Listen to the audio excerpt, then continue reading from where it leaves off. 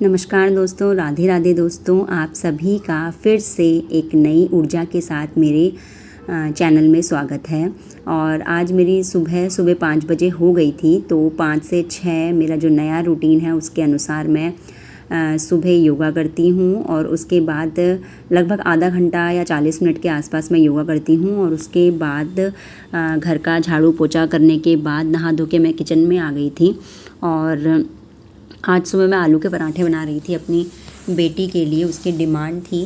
जैसे हम बचपन में फरमाइश किया करते थे अपने मम्मी से, वैसे ही अब रूटीन थोड़ा चेंज हो गया है। अब मेरी बेटी मुझसे फरमाइश करती हैं। और बहुत से व्यूअर्स मेरे पूछ रहे थे, मैम आप कहाँ चले गए, क्या अब आप बिल्कुल भी पढ़ाई नहीं कर रहे हो या फिर आपने बिल्कुल बंद कर दिया है, पढ़ रहे हो नहीं पढ़ रहे हो, आपने एलटी का एग्ज़ाम दिया है या नहीं दिया है, यूके एलटी का। तो ये सारे क्वेश्चंस थे मेरे व्यूअर्स के मुझसे। तो उसी के लिए मैंने सोचा आप सभी से अपनी शेयर किया जाए कि क्या स्थिति चल रही है मेरी स्टडी की, क्या चल रहा है क्या नहीं चल रहा है, ये सब चीज़ें आपसे शेयर की जाएं। तो फिर मैं वही सोच के दोबारा से मैंने सोचा एक रीस्टार्ट किया जाए।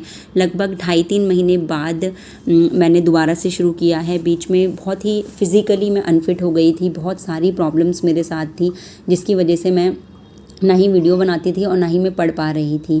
क्योंकि पढ़ाई से रिलेटेड ही मैं वीडियो बनाती थी, तो जब मैं पढ़ ही नहीं रही थी तो वीडियो बनाने का कोई मतलब नहीं होता था।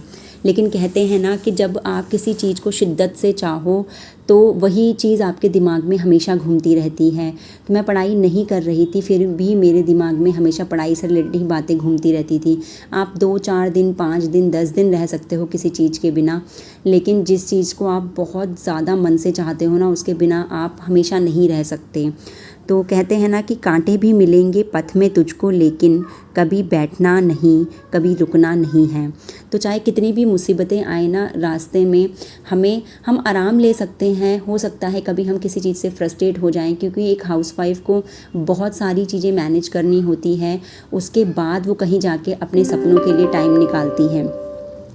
तो इन चीज़ों में कई बार हम इतने फ्रस्ट्रेट हो जाते हैं क्योंकि लाइफ इतनी बिजी हो जाती है। लाइफ ऑलरेडी हमारी बहुत बिजी होती है और उसमें हम जो थोड़ा बहुत टाइम हमें आराम के लिए मिलता है, उसे भी हम अपने लिए निकालना चाहते हैं कि अपने सपने पूरा करने के लिए एक्स्ट्रा टाइम निकालना चाहते हैं। नींद की कमी, सब कुछ इतना ज़्यादा हो जाता है ना मैशअप, कि उसको ठीक करने के लिए हो सकता है कभी आपको आराम की ज़रूरत पड़े, तो आप आराम भी लें, एक ब्रेक भी लें, लेकिन आगे बढ़ना ना छोड़ें। तो मैं भी उसी ब्रेक में थी, क्योंकि बहुत ज़्यादा मेरी फ़िज़िकल हेल्थ वीक हो गई थी। उसकी वजह से मेरे को यही डर था, क्योंकि मेरी इंपॉर्टेंस सबसे पहले मेरे बच्चे हैं। अभी दोनों बच्चे इतने छोटे हैं कि वो मेरे ऊपर ही पूरे के पूरे डिपेंड हैं।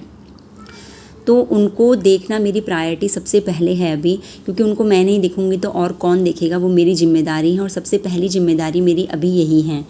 तो अगर मैं फ़िज़िकली अनफिट रहूँगी तो मैं नहीं कर पाऊँगी, उनको मैनेज नहीं कर पाऊँगी। तो बीच में 10-12 दिन मेरी इतनी ज़्यादा तबीयत ख़राब रही थी कि जिसकी वजह से मेरे को इतना ज़्यादा मैं सैड हो गई थी कि मैं अपने बच्चों को कैसे संभालूँगी।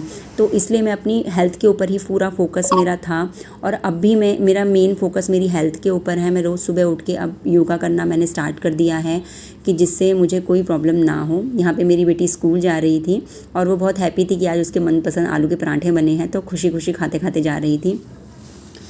तो फिर उसके बाद सुबह का टाइम मैं अपने योगा में देती हूँ और बाकी घर के काम काज। और जब तक बच्चे स्कूल नहीं जाते हैं तब तक सांस नहीं आती है चैन की, क्योंकि टाइम से उनको भेजना, वैन का टाइम भी फिक्स होता है, आगे पीछे हो गया तो फिर वैन छूट जाती है। तो इसलिए पूरा सुबह का टाइम इसी जल्दबाजी में रहता है। उसके बाद अभी मेरा बेटा सो रहा था।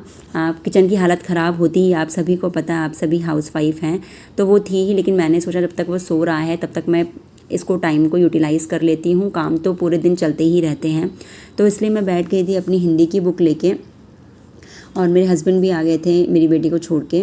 और हिंदी की मेरे जो नोट्स मैंने बनाए हैं, मैं ऐसा नहीं है कि आज से ही पढ़ाई स्टार्ट की है मैंने, बीच में 2.5-3 महीने का मैंने गैप लिया था।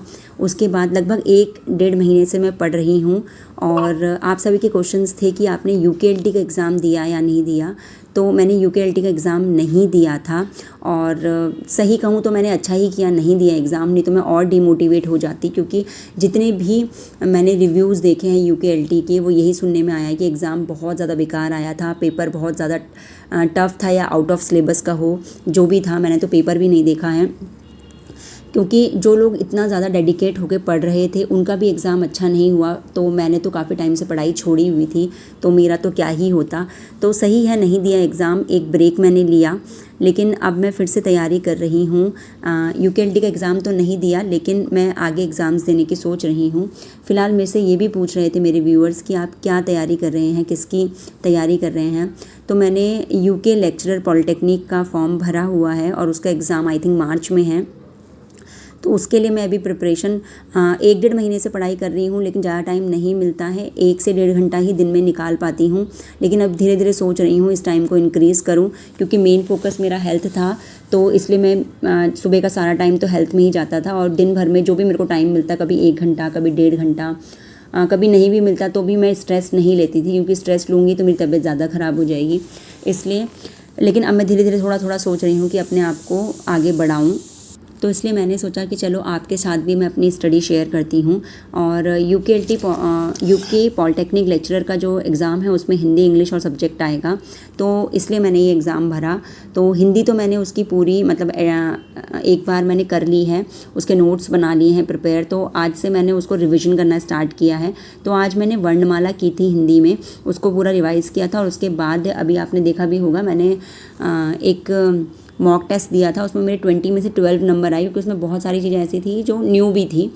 तो इसलिए मैं यही सोच रही हूँ कि रोज़ एक टॉपिक रिवाइज़ करके उसके मॉक टेस्ट दिया करूँगी, क्योंकि जिससे मेरा जो मैंने हिंदी प्रिपेयर की है वो भी अच्छे से हो जाए।